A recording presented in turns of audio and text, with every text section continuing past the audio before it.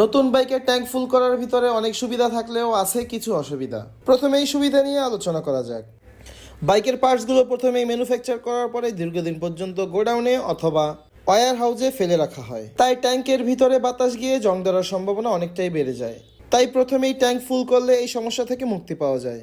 তাছাড়াও মাঝে মাঝে ট্যাঙ্ক ফুল করলে জং ধরার সম্ভাবনা খুবই কমে যায়। আর আমাদের দেশের তেলের পাম্পগুলো বেশিরভাগই খান বংশের ছেলেরা পরিচালনা করে। তারা যাতে আমাদেরকে বোকা চৌধুরী না বানাতে পারে, তাই আমাদের ট্যাঙ্ক ফুল করা উচিত এবং হিসাব রাখা উচিত কোন পাম্প থেকে আমাদেরকে কতটুকু বোকা চৌধুরী বানানো হচ্ছে। আর তৃতীয় নম্বর সুবিধা হলো বারবার পাম্পে গিয়ে সময় নষ্ট করতে হয় না। একেবারে মুখ পর্যন্ত তেল ভরাটা বিপজ্জনক। তেল গরম হয়ে উপরের দিকে ফুলে ওঠে, যদি জায়গা না থাকে তেল ওভারফ্লো করতে পারে, গাড়ির কালার বা রং নষ্ট হতে পারে, কখনো ইলেকট্রিক বা ইঞ্জিনে গিয়ে বিপদ ঘটাতে পারে। কেন ট্যাঙ্কি কিছুটা খালি রাখা দরকার? কারণ নাম্বার 1, বাইক রোদে থাকলে তেল গরম হয়ে চাপ তৈরি করতে পারে। নাম্বার 2, তেল এক্সপেনশন না হলে সেফটি ভালভ দিয়ে তেল বের হয়ে যায়। নাম্বার 3, বাইক কম চালালে আস্তে আস্তে তেলের অকটেন লেভেল কমে যায়, যদি 30 দিন বা তারও বেশি হয়। নাম্বার 4, ট্যাঙ্ক ফুল থাকলে বাইক কিছুটা ভারী অনুভব হয়, যেটা রেস আর স্টান্ট করার সময় বোঝা যায়। স্বাভাবিক রাইডে এটা তেমন কোনো প্রভাব ফেলে না। নাম্বার 5, যদি ট্যাঙ্কে ছোট কোনো লিক থাকে সেখান থেকে আস্তে আস্তে তেল কমতে থাকে, যেটা টের পাওয়া যায় না। নাম্বার 6, যদি বাইক চুরি হয়ে যায়, বাইক চুরি হয়ে গেল তার মানে তেলও চুরি হয়ে গেল, তাই সব সময় কম তেল ভরাটাই সব থেকে ভালো।